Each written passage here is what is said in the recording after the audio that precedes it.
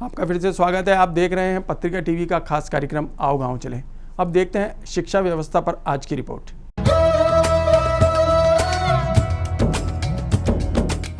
इस सेगमेंट में हम आपको हर दिन प्रदेश के किसी ग्रामीण क्षेत्र की शिक्षा व्यवस्था से रूबरू कराते हैं, लेकिन आज बात करते हैं उन बच्चों की जिन्होंने शिक्षा प्राप्त करने के लिए नदी पार करना पड़ता है। खतरे को झेलकर किस तरह बच्चे स्कूल पहुंचते हैं, देखिए हमारी खास रिपोर्ट।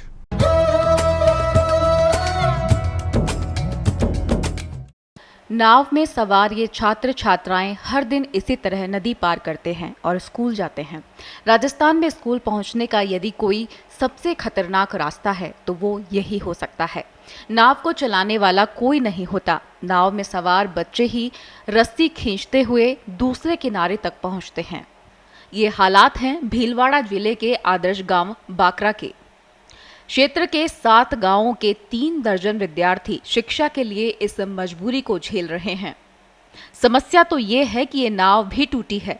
नाव में छेद होने के कारण पानी भर जाता है, यानी नाव में सवार होने से पहले उसमें भरे पानी को भी निकालना पड़ता है।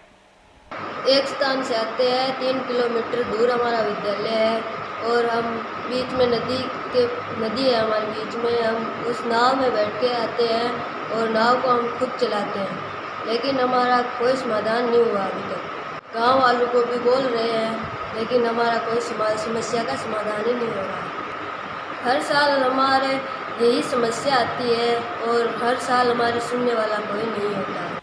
यही नहीं, नदी तक पहुंचने का रास्ता भी मुश्किलों भरा है। करीब 3 किलोमीटर तक कीचड़ से सना रास्ता है। स्कूली बच्चों को कीचड़ के बीच होकर नदी तक आना पड़ता है। बाकरा राजकीय उच्च माध्यमिक विद्यालय में इस खतरनाक रास्ते से स्कूल पहुंचने को मजबूर बच्चों की संख्या 34 है। ये 7 गांव से पहुंचते हैं। सभी का यही एकमात्र रास्ता है। बाघ की झोपड़ियां, हसलों की झोपड़ियां मेलवा, भीमपुरा, बागड़थल और केसरपुरा से बाकरा पहुंचते हैं। सड़क निर्माण पूरा नहीं होने और रास्ते में नदी आने के कारण अपनी जान को जोखिम में डालते हैं।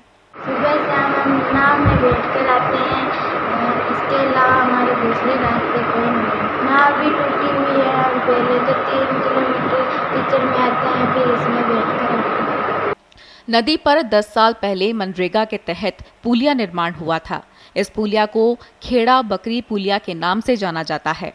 पानी के तेज बहाव के कारण ये पुलिया टूट गई। उसके बाद से आवागमन में परेशानी होने लगी। हर समय हादसे का डर बना रहता है, लेकिन शिक्षा के लिए अभिभावक भी बच्चों को भेज रहे हैं। बाकरा ग्राम पंचायत के उप सरपंच सत्यनारायण शर्मा कहते हैं कि प्रशासन को बार बार कहने के बावजूद भी इसे ठीक नहीं किया जा रहा है।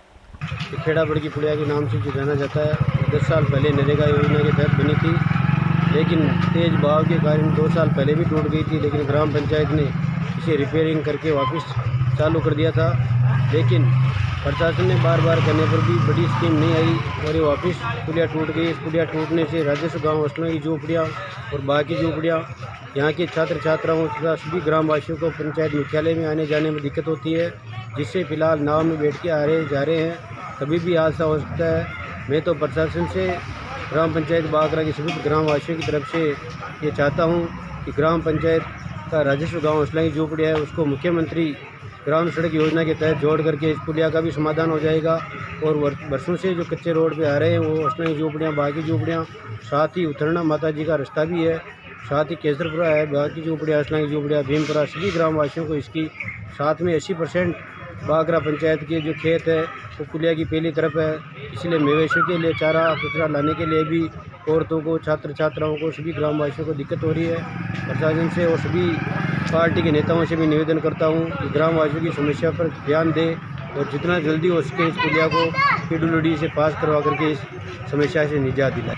बाकरा पंचायत को वर्तमान सांसद सुभाष बहेड़िया ने गोद लिया था। आदर्श ग्राम केवल कहने का है। क्षेत्र की सड़कें खराब होने से हालात खराब हैं। रोजाना सड़क हादसे होते रहते हैं। नदी की पुलिया टूटने से रोजाना ग्रामीण और छात्रों को भारी समस्या आ रही है। बाकरा राजस्व गांव की 70% से ज्यादा जमीन नदी के दूसरी तरफ है।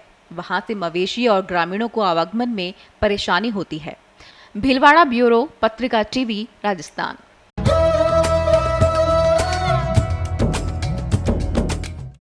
उम्मीद करते हैं कि पत्रिका की रिपोर्ट के बाद जिम्मेदार अधिकारी इस समस्या की तरफ ध्यान देंगे। ब्रेक के बाद मिलेंगे मेहनतकश किसानों से। बने रहिए पत्रिका टीवी के साथ।